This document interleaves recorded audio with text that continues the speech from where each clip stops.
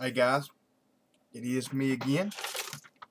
As you can plainly tell, today is Wednesday, December the 28th. Makes it day 362 under Project Serve Him More. Guys, like I said, it's good to be here. I hope y'all are doing alright. I'm going to try to make this video a little quicker tonight. And as some of you will notice, I'm getting this in a little earlier tonight. It's just 11 o'clock right now. So, I wanted to get this in because I've got some stuff to do. And also, I just wanted to talk to you guys a little earlier tonight. Number one, I wanted to thank the people. I've got several people sending me messages on possible names for for this project next year. So guys, I'm gonna take a look at them. I had some ideas of my own. I'm gonna pray about it over the next few days. I'm gonna see where the Lord leads me on it. So I want to thank you guys for doing that, for sending me the different names. Like I said, and I just hope nobody, which I don't think you guys will, but I just, if I pick one name over another, you never know. I may not pick out of any that people sent me. I may pick, something else. So, I just don't want to make anybody mad because I don't pick your name. Like I said, I'm just going to pray about it and see where the Lord leads me. But I do appreciate you guys for sending those to me, for actually taking the time and making messages and sending them to me. I got several people that done that. So I want to thank you guys for that. Let's see, what else, guys? Really much jibber jabber to talk about? I don't know, not really. Kind of a little bit disappointed in Eastwood, guys. I've never ordered anything from Eastwood before. Well, on one hand, I think I've ordered from Eastwood before. But on the other hand, I guess it's been such a long time ago. I guess, it's probably back in the day, actually before the internet and stuff, back in the day when you had to call them and order. I think I ordered stuff. But what I'm getting at, guys, I placed that order at noon yesterday. Well, I guess I'm so used to McMaster-Carr and to be honest, even eBay people, and they'll always tell you, we'll email you. We'll email you for order confirmation, then we'll email you when it ships. Well, McMaster-Carr, if you put an order out at 2 o'clock, by 3 it's shipped. Or at least they send you the email saying it's shipped. Now, I don't know if technically it's gone or not. But and even most eBay people, you put an order in at noon, by 6 or 7 o'clock that evening, you'll have a email saying it's been shipped, or at least the label's been printed and it's on its way to be shipped. Guys, like I said, I placed that order at noon yesterday. And this is 11 o'clock a day. So it's been, what, a day and a half. I've still not got they sent me an order confirmation with an order number and a total and all that. And I paid them through PayPal, so I know that's good. I've still not got an email saying that it's been shipped. Now, I'll be honest, for a big company like that, I think a day and a half after an order, if they truly have not shipped it yet. Now, I'm hoping that the order is just they've shipped it and it's halfway here by now, and it's just they didn't send the email out. Because if they're truly 2 days after an order's been placed before they even ship it, guys, for today, for the efficiency that most places have got, I mean, to be honest, that's behind. That's lagging behind. I mean, that's just the truth. I don't think it should take 2 days after an order's put in before you ship something. If you got that kind of lag, something's wrong. Like I said, McMaster-Carr, you put an order in at noon. By 3 o'clock, you've got an email saying that your order's been shipped. Now, I know most places are not that fast, but like I said, I was expecting at least by this morning. That's gave them all day yesterday from 12 o'clock to whatever time they closed yesterday. And then, well, this evening, I said, well, I'll have a confirmation by this evening. Like I said, they gave them all day yesterday and all day today to get my order shipped out. I said, I'll have an email by this evening saying it's been sent. Not yet. So anyway, guys, let me quit ranting and raving on that. What else was I wanting to mention? Oh, yeah, Brother Milo. I got your message about asking me about the car. I replied back in the message, but and you never know. If you're like me, sometimes you get behind on your emails. You may see this video before you check your email. Like I told you in the message, what I want you to do, send me your information on your car, what your model, what it is. You know, it's a 2002, blah blah blah. You know, whatever, Pontiac Grand Prix, or you know, whatever it is. Give me the year, model, what it is, what size of engine it is, and send me the trouble code. I think you said that you took it to Pet Boys maybe, and they had checked the trouble code on it. I know you mentioned something about a crank sensor. Maybe it's showing a crank sensor code. Send me what the car is, you know, the year, model, and all that, and the engine, and send me the number. They should have. I know AutoZone does it. We don't have a Pet Boys around here, but when AutoZone checks a code on a car, they print it out and give you that piece of paper with that code on it, showing what it is.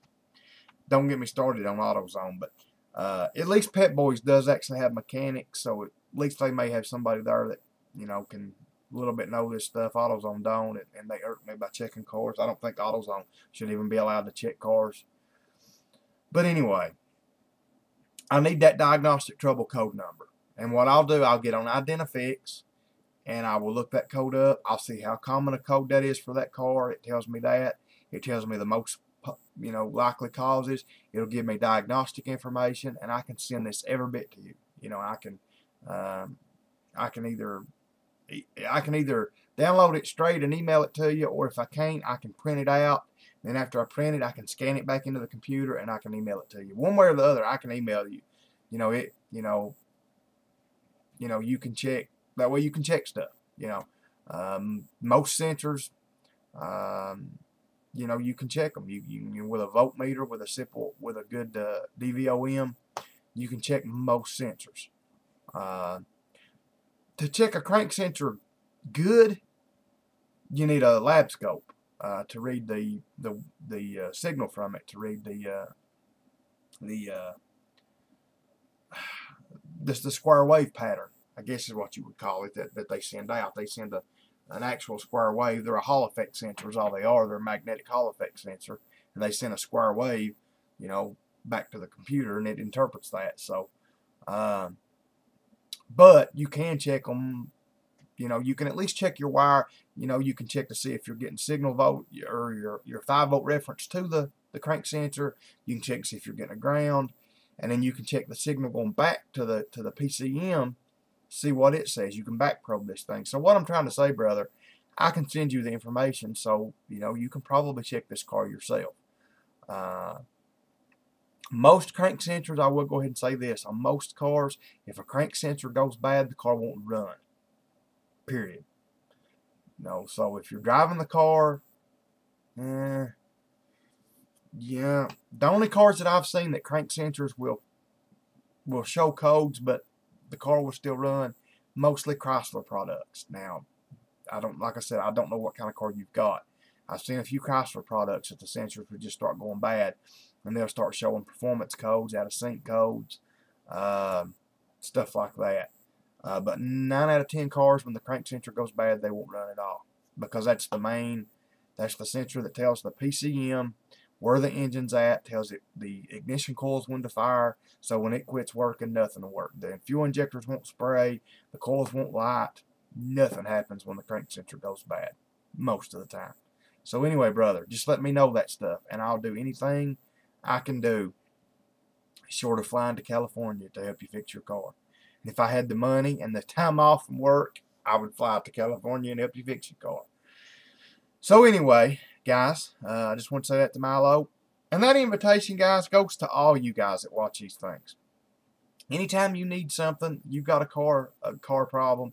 I know how bad, you know, most of you live in more populated areas, and you know, you've got to worry more about mechanics ripping you off and that kind of stuff, and you do have a lot of mechanics that rip off. So anytime any of you guys have got a problem with your car, like I just told Milo, just shoot me a message on YouTube. Say, hey, my car's doing this. And if, like I said too, if you've got a check engine light and you do take it to like an AutoZone or Pet Boys and have it checked, have a code check, Just keep it. Send me the information. Say, I've got this model car. It's got this diagnostic trouble code. What do you think? And I'll do anything I can to help you guys. I really, really will. So anyway, guys, this video's turned out to be a lot longer than I wanted it to be, but hey, you got to say what you got to say. You got to say what God puts on your heart. Romans chapter 1, starting in verse 11. Here we go. Now this is Paul talking, as we know. For I long to see you, that I may impart unto you some spiritual gift, to the end ye may be established. That is, that I may be comforted together with you by the mutual faith, both of you and me. Now I would not have you ignorant, brethren, that oftentimes I purposed to come unto you, but was let hitherto, that I might also, that I might have some fruit among you also, even as among other Gentiles. I am debtor both to the Greeks and to the barbarians, both to the wise and to the unwise. So as much as in me is, so as much as in me is, that's wrote a little bit odd. I am ready to preach the gospel to you that are at Rome also. For I am not ashamed of the gospel of Christ, for it is the power of God unto salvation to every one that believeth, to the Jew first, and also to the Greek. For therein is the righteousness of God revealed from faith to faith, as it is written, the just shall live by faith. Ain't that the truth, guys? I tell you, we got to, especially as time goes on, I'll be honest about it, and I praise the Lord for it. As time goes on, I find that out, that I have to live on faith. You have to live on faith. That's all you've got sometimes, is your faith in what God's doing and what He can do. For the wrath of God is revealed from heaven against all ungodliness and unrighteousness of men, who hold the truth in unrighteousness. Because that which may be known of God is manifest in them, for God hath showed it unto them. For the invisible things of Him, now I love this right here, guys. For the invisible things of Him from the creation of the world are clearly seen, being understood by the things that are made, even His eternal power and Godhead, so that they are without excuse. Guys, do you know what this verse is saying? This verse is saying, this verse right here stamps out atheism and everything else. Agnostics, whatever. This verse is saying, Paul is saying here, God, even the invisible things of this earth, the invisible things it says of Him from the creation of the world are clearly seen. He's saying in creation, guys, in the sunset, in the ocean, in our bodies, in the complexity of our eyes and our brains, and everything that you see in creation, even the things that you can't see, God is written there. These things prove to us, these things put in our heart there is a God. God is wrote on our hearts to believe in Him.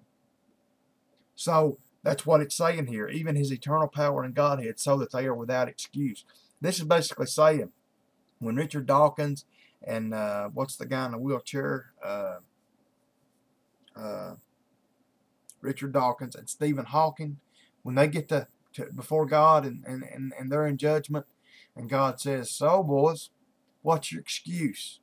You know, what's your excuse for saying, for not believing in me, for not worshiping me, for not doing what I said to do?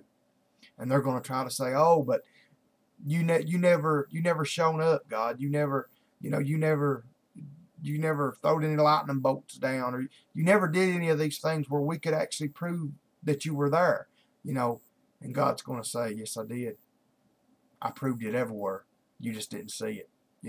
You were so ignorant and you were so full of the devil to want to do your stuff and lift yourself up as a God that you said I didn't exist. The things, guys, of this world, like I said, me and Brother John were talking about the guys that study evolution and study these animals and all these things. If they would open their minds up and their hearts truly, they would prove even more that God did exist. Because when you see the things that God has done with animals and with humans, and the things that God has done with this earth, it proves it even more that there's a God, that there's a creator for all this. So what Paul is saying here is we're without excuse. There is no excuse for not having salvation, for not believing in God and knowing who He is.